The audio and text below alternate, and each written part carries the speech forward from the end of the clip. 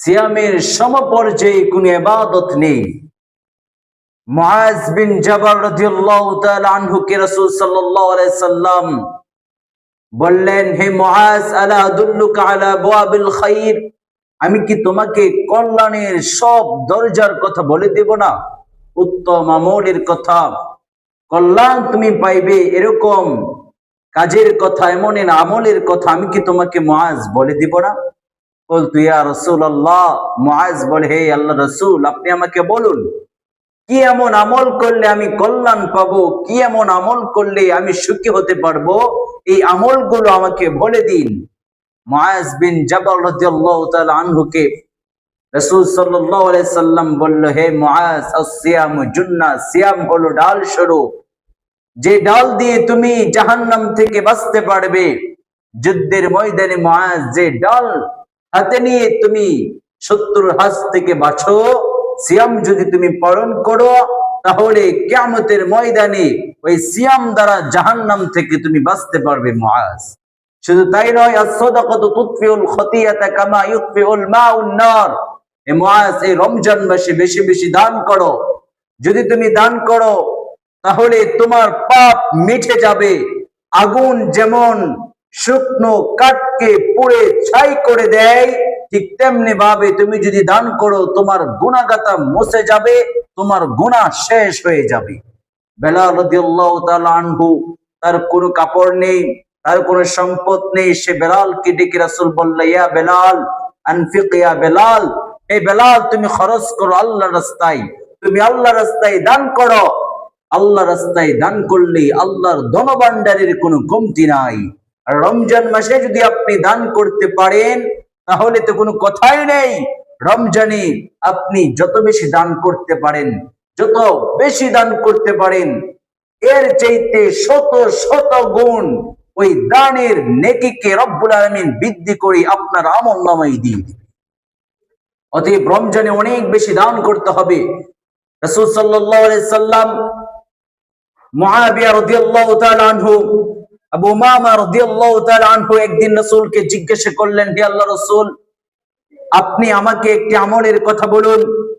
ইয়া রাসূলুল্লাহ, মুরনি বিআমালিন, একটি আমলের কথা আমাকে বলে দিন, যে আমলটি আমি করলে জান্নাতে যেতে পারবো, এমন একটি আমলের কথা আমাকে বলুন, এক উত্তম আমলের কথা আমাকে বলুন।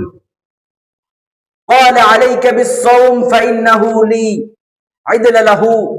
এবার রাসূল বললেন, হে মুআজ, হে উমামা, তুমি এক কাজ করো, তুমি সিয়াম পালন করো। ফাইন্নাহু লা আইদলা লাহু, সিয়ামের সমপর্যায়ে কোনো ইবাদত নেই। আবার উমামা রাদিয়াল্লাহু তাআলা আনহু রাসূলকে বললেন, ইয়া রাসূলুল্লাহ, আপনি আমাকে মুরনি বিআমালিন, আমাকে একটি আমলের কথা বলুন।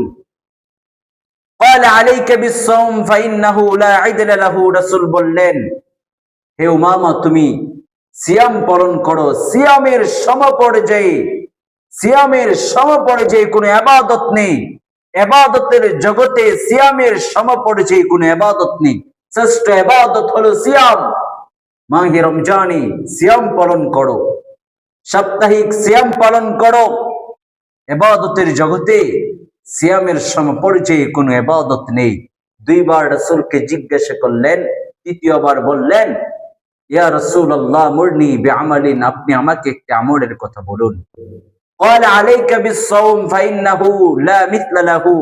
এবার রাসূল বললেন, তুমি সিয়াম পালন করো।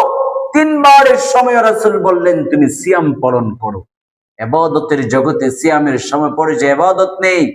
সিয়ামের সমান, সিয়ামের সমকক্ষ কোনো ইবাদত নেই। তুমি সিয়াম পালন করো। তাহলে রাসূল সিয়ামকে কতটা বেশি গুরুত্ব দিয়েছেন। তিনবার জিজ্ঞাসা করলেন, তিনবার বললেন, তুমি সিয়াম পালন করো, তুমি সিয়াম পালন করো, তুমি সিয়াম পালন করো। আজকে রমজানে দেখা যায় কত মানুষ আমরা সিয়াম পালন করি না। মাহে রমজান মাগফিরাতের মাস, নাজাতের মাস। মাহে রমজান জীবন পরিবর্তন করবার মাস। এত ফজিলতের মাস পেয়ে, এত গুরুত্বপূর্ণ মাস পেয়ে, নিজের জীবনের গুনাহ মাফ করানোর মাস পেয়ে আমরা এই মাহে রমজানে সিয়াম পালন করি না। আল্লাহ দিয়েছে তাকওয়াশীল বানানোর জন্য, আল্লাহ দিয়েছে তাকওয়াশীল বাড়ানোর জন্য, কিন্তু আমরা তাকওয়া অর্জন করার জন্য এই রমজান মাসে সিয়াম পালন করছি না।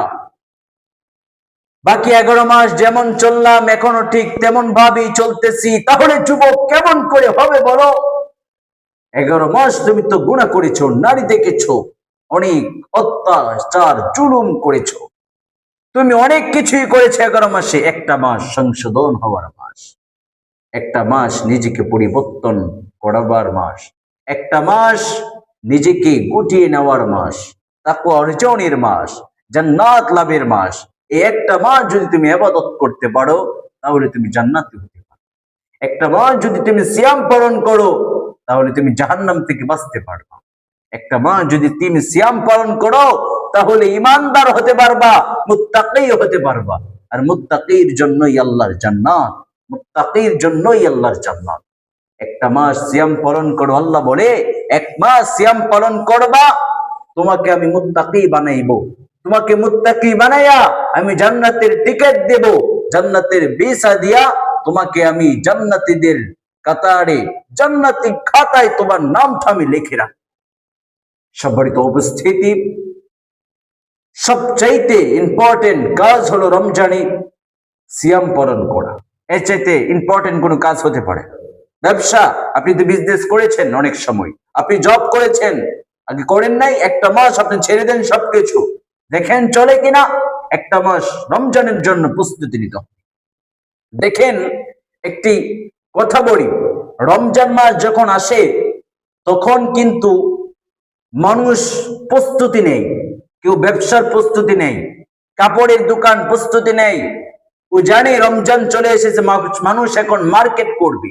জুতার দোকানদার প্রস্তুতি নেই, কারণ জানে রমজান মাস চলে আসলো, এখন মানুষ মার্কেট করবে, জুতা কিনবে। অতএব আমাকে আমার দোকানে, আমার শপে সুন্দর সুন্দর নিউ কোয়ালিটির জুতা, শুজ উঠাতে হবে, তাহলে মানুষ এটা কিনবে। দেখেন তাদের প্রস্তুতি আছে। মুড়িওয়ালা পর্যন্ত প্রস্তুতি নেই যে রমজান মাসে মুড়িটা বেশি বিক্রি হবে। বুটওয়ালা সেও প্রস্তুতি নেই, রমজান মাসে আমার বুট বেশি বিক্রি হবে। সবাই প্রস্তুতি নিল, সবাই প্রস্তুতি নিয়েছে। একজন চাকরিজীবীও প্রস্তুতি নেয় যে রমজান মাসে আমি একটু বেশি কাজ করব, যাতে আমি বোনাস পাই, বেতনটা একটু বেশি পাই। সবাই যখন কাজ করলো, কিন্তু কোন মানুষ তো রমজানের জন্য প্রস্তুতি নিল না। এই রমজান এসেছিল মুত্তাকী বানানোর জন্য, এই রমজান ইবাদত করবার জন্য এসেছে, কিন্তু ইবাদতের জন্য কেউ আমরা প্রস্তুতি নিচ্ছি না। ইবাদতের জন্য কারো সময় নাই। এত দামি রমজান, এত দামি, এত দামি। আল্লাহ বলে আমি রমজান সাজাইলাম হীরা মণি মুক্তা দিয়ে, রমজান সাজাইছি। একটা কিয়ামুল লাইল হীরার চাইতে কম দামি নয়, ইতিকাফ হীরার চাইতে কম দামি নয়। একটা লাইলাতুল কদরের রাত্রে ইবাদত করা, এটা হীরা সোনার চাইতে অনেক দামি, অনেক দামি। সাহারি খাওয়া এটা দামি জিনিস, ইফতার করানো মানুষকে এটা দামি জিনিস, দান করা রমজান এটা দামি জিনিস। রমজান খুবই মূল্যবান, রমজানের সিয়াম অনেক দামি। সিয়ামের সমপর্যায়ে কোনো ইবাদত নেই, সিয়ামের সমপর্যায়ে কোনো ইবাদত নেই। এটা বছরে একবার, একটা মাস আমাদের উপরে ফরজ। কেন? আল্লাহ আমাদেরকে জান্নাতি বানানোর জন্য এই সিয়ামকে ফরজ করেছে, যেন আমরা তাকওয়া অবলম্বন করতে পারি। সিয়াম রাখার মাধ্যমে আল্লাহকে আমরা ভয় করি। খাবার থাকার পরেও আমরা খাবার খাই না, ফ্রিজে খাবার, হোটেলে খাবার, পকেটে টাকা পয়সা আছে, খেলে খেতে পারি, কিন্তু ইচ্ছা থাকার পরেও আমরা খাবার খাই না। কেন? এটা রমজান মাস, আল্লাহকে ভয় করে সিয়াম রেখেছি, এই জন্য খাবার খাই না। এইটাই আল্লাহকে যে ভয় করেছেন, এটার নামই তাকওয়া, এটার নামই মুত্তাকি। আর এই তাকওয়া, আল্লাহর ভয় আপনার মনে অন্তরে ঢুকানোর জন্য আল্লাহ রমজান দিয়েছে। রমজান খুবই গুরুত্বপূর্ণ। যারা এখনো সিয়াম পালন করবেন না, যারা এখনো সিয়াম পালন করেন না, সিয়াম পালন করবেন। মাহে রমজানে সিয়াম পালন করবেন। যাদের সিয়াম রাখার অভ্যাস নেই, আজকে থেকেই অভ্যাস করে পড়েন যে আমি আর একটা সিয়ামও ভঙ্গ করব না। আমরা সিয়াম রেখে বেঁচে আছি, মানুষ সিয়াম রেখে বেঁচে থাকে, অনেক ছোট্ট ছোট্ট বাচ্চারা সিয়াম রাখে, তারা বেঁচে আছে। তো আপনার মতন বইরা দামরা গরু সিয়াম না রেখে কি মারা যাবেন? একবেলা না খাইলে মারা যাবেন? সিয়াম রাখা তো সারাদিন সারা রাত 3-4 দিন না খেয়ে থাকা নয়। আপনি তো ফজরে খেয়েছেন, শুধু একটু নাস্তাটা খাচ্ছেন না, এটা খেয়ে ফেললেন আপনি সাহারির সময়, পরে দুপুরে খাচ্ছেন না, দুপুরেরটা খাবেন বিকালে, শেষ। এই তো সিয়াম। কয় ঘন্টা? অনেক ছোট্ট ছোট্ট বাচ্চা সিয়াম রাখে।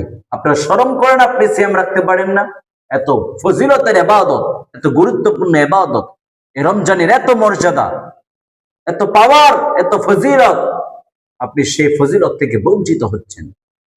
আপনার উপরে সিয়াম ফরজ আর আপনি সেই সিয়াম পালন করতেছেন। খবরদার, আমরা যেন আর সিয়াম না ছেড়ে দেই, আমরা যেন সিয়াম রাখি। আমাদের ছেলে মেয়েদেরকে যেন বলি সিয়াম রাখার জন্য।